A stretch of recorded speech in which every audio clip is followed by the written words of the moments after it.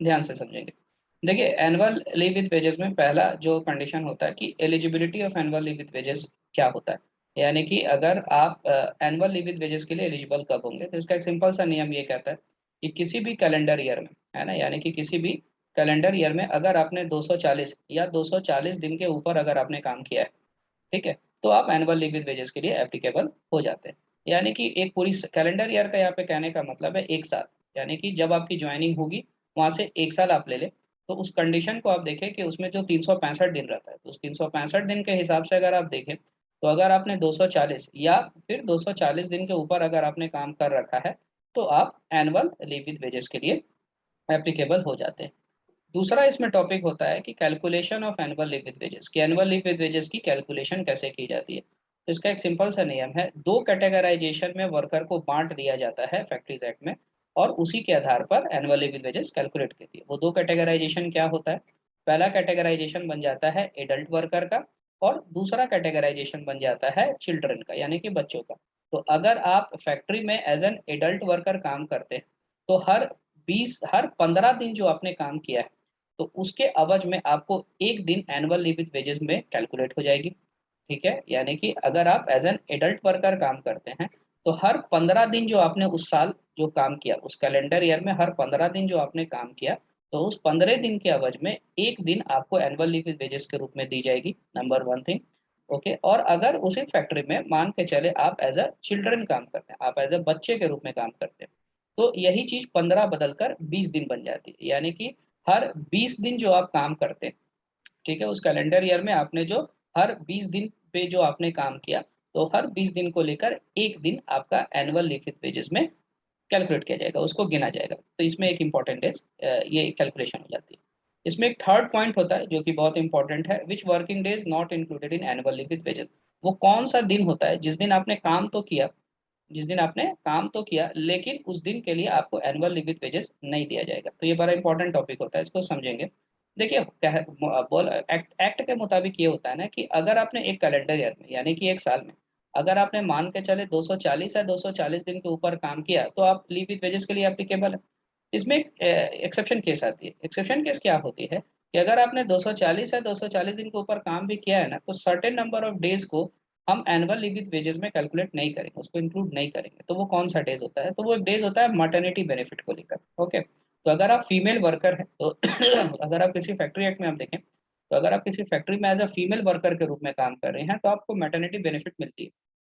तो maternity benefit में क्या होती है कि टोटल आपकी जो एक्सपेक्टेड डेट ऑफ डिलीवरी रहती है ना, तो उसमें 6 सप्ताह पहले और उसके 6 सप्ताह बाद, यानी कि टोटल 12 सप्ताह, यानी कि टोटल 12 वीक्स की आपको छुट्टी दी जाती है, जिसको लेकर आपको पैसा भी दिया जाता है और आपको काम नहीं करना पड़ता है, तो उसको मैटरनिटी लीव कहते हैं।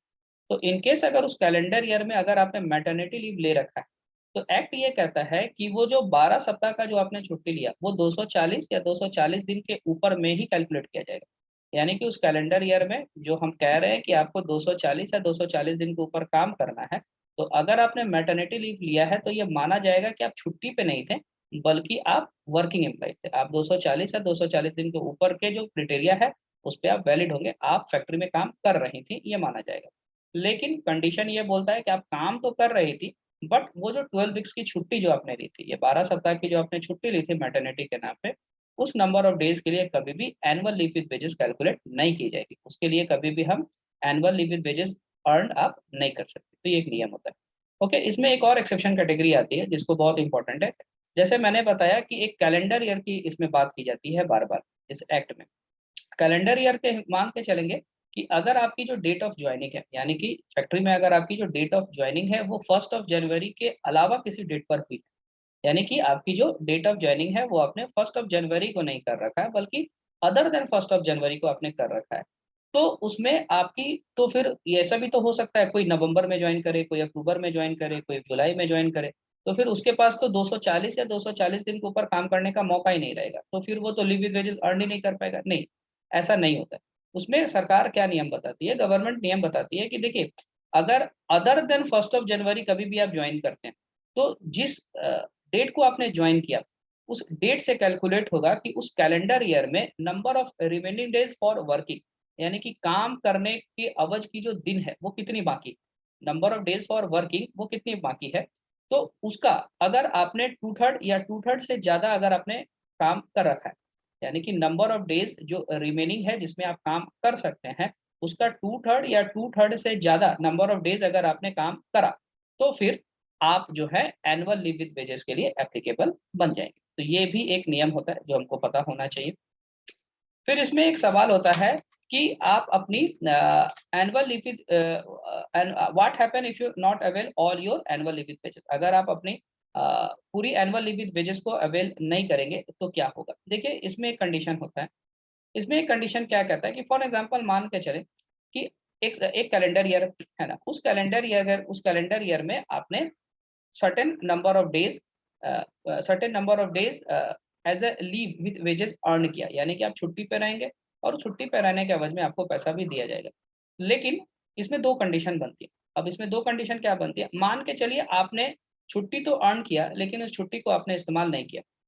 आपने छुट्टी तो अर्न किया लेकिन आपने उस छुट्टी को इस्तेमाल नहीं किया, या फिर आपने उस छुट्टी के लिए अप्लाई तो किया लेकिन जो एम्प्लॉयर है उसने आपको छुट्टी नहीं दिया। ठीक है, हो सकता है आपने छुट्टी अर्न किया तो आपने उसका इस्तेमाल नहीं किया, या फिर आपने उस छुट्टी के लिए अप्लाई किया लेकिन एम्प्लॉयर ने उस छुट्टी को लेकर आपको नहीं दिया, बोला कि नहीं आपको अभी छुट्टी नहीं मिल सकती। तो उस कंडीशन में क्या होता है, तो इसमें भी दो कैटेगराइजेशन बनता है। पहला कैटेगराइजेशन, या तो आप एडल्ट वर्कर होंगे या नहीं तो आप एज अ चिल्ड्रन काम करते हैं। तो अगर आप एडल्ट वर्कर के रूप में काम करते हैं तो मैक्सिमम नंबर ऑफ डेज जो छुट्टी के रूप में आपने जो अर्न किया है वो कैरी फॉरवर्ड होगा। इन केस ऑफ एडल्ट वो हो जाएगा 30 से ज्यादा वो carry forward next calendar year में नहीं जाएगा। फॉर एग्जाम्पल अगर आपने 50 छुट्टियां अर्न कर रखी है, ठीक है, लीव विद वेजेस में 50 छुट्टी आपने अर्न कर रखा है और आप एडल्ट कैटेगरी में ही बिलोंग करते हैं, तो ऐसा नहीं है कि 50 का 50 छुट्टी जो है वो आपको नेक्स्ट कैलेंडर ईयर में फॉरवर्ड हो जाएगा, ऐसा नहीं होता है। अगर आप एडल्ट कैटेगरी में तो मैक्स टू मैक्स जो छुट्टी फॉरवर्ड होगा वो कितना होगा, 30 से ज्यादा फॉरवर्ड नहीं होगा। ये नंबर वन थिंग होती है। ओके, इसमें एक और केस बनता है, वो ये बनता है कि आप एज अ चिल्ड्रन के रूप में तो नहीं काम कर रहे, आप एज अ बच्चे के रूप में तो फैक्ट्री में नहीं काम कर रहे। तो एज अ बच्चे के रूप में यानी कि चिल्ड्रन के रूप में अगर आप फैक्ट्री में काम कर रहे हैं तो वो कंडीशन क्या कहता है, तो मैक्सिमम नंबर ऑफ डेज जो आपने लीव विद वेजेस अर्न किया है वो कैरी फॉरवर्ड जो होगा वो हो जाएगा 40, यानी कि 40 से ज्यादा छुट्टी जो आपने अर्न किया है वो उससे ज्यादा carry forward next calendar year में नहीं होगा। तो ये दो केस हो जाती है। इसमें एक थर्ड केस भी बनता है। थर्ड केस क्या बनता है कि ये तो छुट्टी, पहला जो दो केस हमने देखा उसमें क्या था कि आपने छुट्टी तो अर्न किया लेकिन आपने उसको अवेल नहीं किया, आपने उसके लिए अप्लाई ही नहीं किया। ठीक है, लेकिन फॉर एन एग्जाम्पल मान के चले आपने जो लीव विद वेजेस अर्न किया है, आपने जो कमाया है, आपने उसके लिए छुट्टी के लिए अप्लाई किया, अपने एम्प्लॉयर को बोला कि भैया हमने ये लीव विद वेजेस अर्न किया, आप मेरे को इसके नाम पर छुट्टी दीजिए, लेकिन एम्प्लॉयर ने रिफ्यूजल कर दिया, एम्प्लॉयर ने बोला कि नहीं हम आपको छुट्टी नहीं देंगे। तो उस कंडीशन में बोला जाता है कि infinite number of days carry forward होगा, मतलब इसमें कोई उसमें कभी भी कोई रेस्ट्रिक्शन नहीं रहेगा। अगर 50 छुट्टी आपने अर्न किया है और 50 छुट्टी के लिए आपने लीव अप्लाई किया था और एम्प्लॉयर ने 50 की 50 छुट्टी को कैंसिल कर दिया था, तो फिर नेक्स्ट कैलेंडर ईयर जो आएगी उसमें 50 की 50 छुट्टियां जो आपकी होगी एनुअल लीव विद वेजेस की, वो नेक्स्ट कैलेंडर ईयर में कैरी फॉरवर्ड हो जाएगी। तो ये तीन कैटेगरी होता है। तो इसीलिए इस टॉपिक का नाम बोला जाता है what happen if you not avail all your annual leave with wages. Okay, अब देखिए इसमें एक चौथा कंसेप्ट आता है कि when you can apply for the annual leave with wages. अगर आपने annual leave with wages earn किया है, यानी कि एक साल जिसमें आपने 240 या 240 दिन के ऊपर काम किया, तो उसमें आपने कुछ छुट्टी कमाया होगा जिसके एवज में आपको पैसे भी मिलेंगे और छुट्टी पे भी आप रहेंगे। तो उसके लिए अप्लाई कब कर सकते हैं आप, तो इसका एक नियम होता है अप्लाई कब कर सकते हैं। इसमें भी दो कैटेगराइजेशन फैक्ट्री एक्ट बताती है। पहला जो कैटेगराइजेशन होता है, मान के चले आप एक जनरल इंडस्ट्रियल एस्टेब्लिशमेंट में काम कर रहे हैं या फिर आप जो है जनरल इंडस्ट्रियल एस्टेब्लिशमेंट में काम ना करके आप हमारा काम कर रहे हैं पब्लिक यूटिलिटी सर्विस, तो ये दो कैटेगरी बनती है। तो इन केस अगर आप जनरल इंडस्ट्रियल एस्टेब्लिशमेंट में काम कर रहे हैं जहाँ पे फैक्ट्री के दायरे में वो आता है, तो उसमें अगर आपने जो annual leave with wages earn किया है तो उसमें अगर आपको छुट्टी के लिए अप्लाई कब कर सकते हैं, तो जिस डेट को आपको छुट्टी पर जाना है, जिस तारीख को आपको छुट्टी पर जाना है उसके 15 दिन पहले आपको लीव के लिए एप्लीकेशन डालनी पड़ेगी अपने एम्प्लॉयर के पास। ठीक है, और दूसरा कैटेगराइजेशन क्या कहता है, दूसरा कैटेगराइजेशन ये कहता है कि अगर आप पब्लिक यूटिलिटी सर्विसेज में काम करते हैं और वो फैक्ट्री के दायरे में आता है, यानी कि वहाँ पे मैन्युफैक्चरिंग प्रोसेस हो रहा है, वो फैक्ट्री के दायरे में आ रहा है, तो उस कंडीशन में जिस डेट को आप छुट्टी पर जाना चाहते हैं, ठीक है, जिस डेट को आप छुट्टी पर जाना चाहते हैं उस डेट से कम 30 दिन पहले, 30 डेज पहले आपको लीव के लिए एप्लीकेशन फाइल करना पड़ेगा। तो ये दो कंडीशन होता है जो बताता है कि कब आप एनुअल लीव विद वेजेस के लिए अप्लाई कर सकते हैं। ओके, इसमें एक और टर्मिनोलॉजी यूज होती है, वो होता है wage disbursement during leave period of annual leave with wages. यानी कि जब आप छुट्टी पर जाएंगे, यानी कि जो आपने एनुअल लीव विद वेजेस जो अर्न किया है, ठीक है, उसमें आप छुट्टी पर गए तो वो पैसा कब मिलेगा आपको, ठीक है, तो पैसा का भी कैलकुलेशन होता है। इसमें भी दो कैटेगराइजेशन ये एक्ट बांट के रखी हुई है, यानी कि जो फैक्ट्रीज एक्ट 1948 है वो दो कैटेगराइजेशन बना के रखी है कि अगर आप छुट्टी पर जाते हैं annual leave with wages category में तो पैसा कब आपको डिसबर्स करेंगे।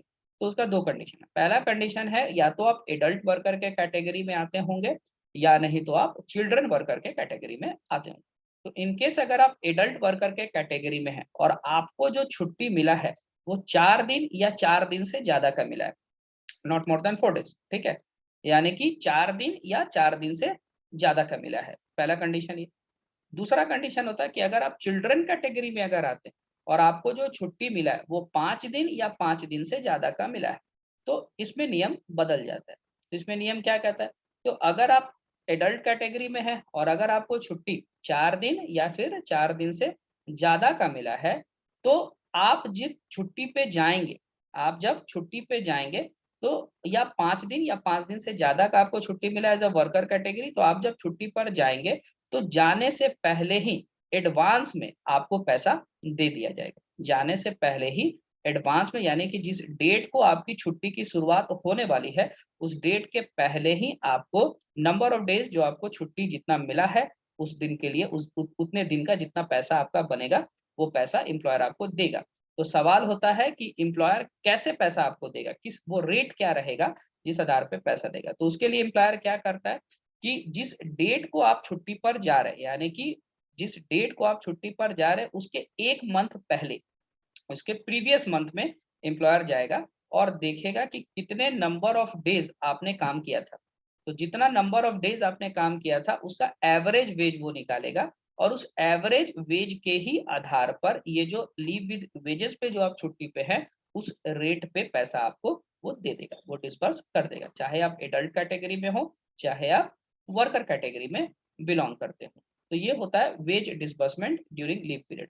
अब इसमें जो वेज आती है तो प्रीवियस मंथ का जो वो एवरेज वेज कैलकुलेट करेगा एम्प्लॉयर, जो प्रीवियस मंथ का जो एवरेज वेज कैलकुलेट करेगा तो उसमें कभी भी इन दो फैक्टर को वो इंक्लूड नहीं करेगा। वो दो फैक्टर क्या होगा कि प्रीवियस मंथ में आपने जो ओवर टाइम के नाम पे जो पैसा कमाया है, ठीक है, ओवर टाइम के नाम पे जो आपने पैसा कमाया है एम्प्लॉयर कभी भी उसको कैलकुलेशन में नहीं रखेगा, नंबर वन थिंग।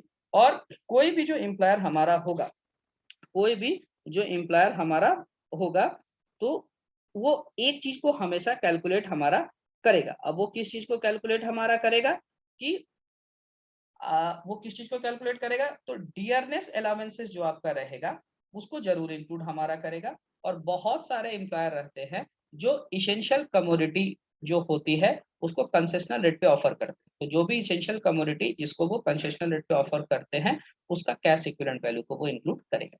तो जो वेज डिसबर्समेंट आपको एनुअल लीव विद वेजेस में मिलेगी वो इसी आधार पे मिलेगा। तो मैं एक बार फिर से रिमाइंड कर देता हूँ कि वेज डिसबर्समेंट कैसे मिलेगा। तो अगर आप एडल्ट कैटेगरी में है तो वहां पर मान के चलें अगर आप 4 दिन या 4 दिन से ज्यादा की छुट्टी पे जाते हैं, या आप चिल्ड्रन कैटेगरी में है तो वहां पे 5 दिन या 5 दिन से ज्यादा की छुट्टी पे अगर आप जाते हैं तो आपको जो वेजेस मिलेगा इस एनुअल लीव विद वेजेस को लेकर, तो वो वेजेस आपके छुट्टी जिस दिन की शुरुआत होने वाली है उसके पहले ही एडवांस में ही ये जितना वेजेस बनेगा वो आपको एम्प्लॉयर दे देगा। तो वेजेस कैसे कैलकुलेट करेगा, तो जिस डेट को आपने छुट्टी पे जाने वाले हैं उसके प्रीवियस मंथ में वो देखेगा कि प्रीवियस मंथ में आपने नंबर ऑफ डेज कितना काम किया, तो जितना नंबर ऑफ डेज आपने काम किया उसका एवरेज वेज वो कैलकुलेट करेगा और उस एवरेज वेज के आधार पे जो छुट्टी पे जितने दिन पे आप जाने वाले हैं उस रेट पे आपको पैसा वो दे देगा। ये बात होती है। लेकिन इसमें किस चीज को इंक्लूड नहीं करेगा उस वेज में, तो ओवर टाइम के नाम पे जो आपने पैसा कमाया प्रीवियस मंथ में उसको वो उस वेज में कैलकुलेट नहीं करेगा। बट डियरनेस अलाउंसेस और जो इसेंशियल कमोडिटी जो एम्प्लॉयर ऑफर करता है इसेंशियल कमोडिटी को बहुत सारी इसेंशियल कमोडिटीज होती है जो एम्प्लॉयर ऑफर करते हैं कंसेशनल रेट पे, तो उसकी कैश इक्विवेलेंट वैल्यू को वो कंसिडर करेगा। तो ये वेज डिसबर्समेंट होता है। इसमें एक और नियम काम करती है, वो होता है what happen when you terminate and do not use your annual leave with wages.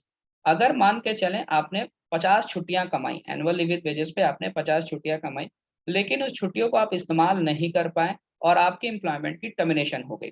आपके एम्प्लॉयमेंट की टर्मिनेशन हो गई। तो टर्मिनेशन दोनों कैटेगरी में हो सकता है, या तो आपका टर्मिनेशन एम्प्लॉयर के थ्रू हुआ हो, या वो जो टर्मिनेशन है आपने अपने थ्रू किया हो।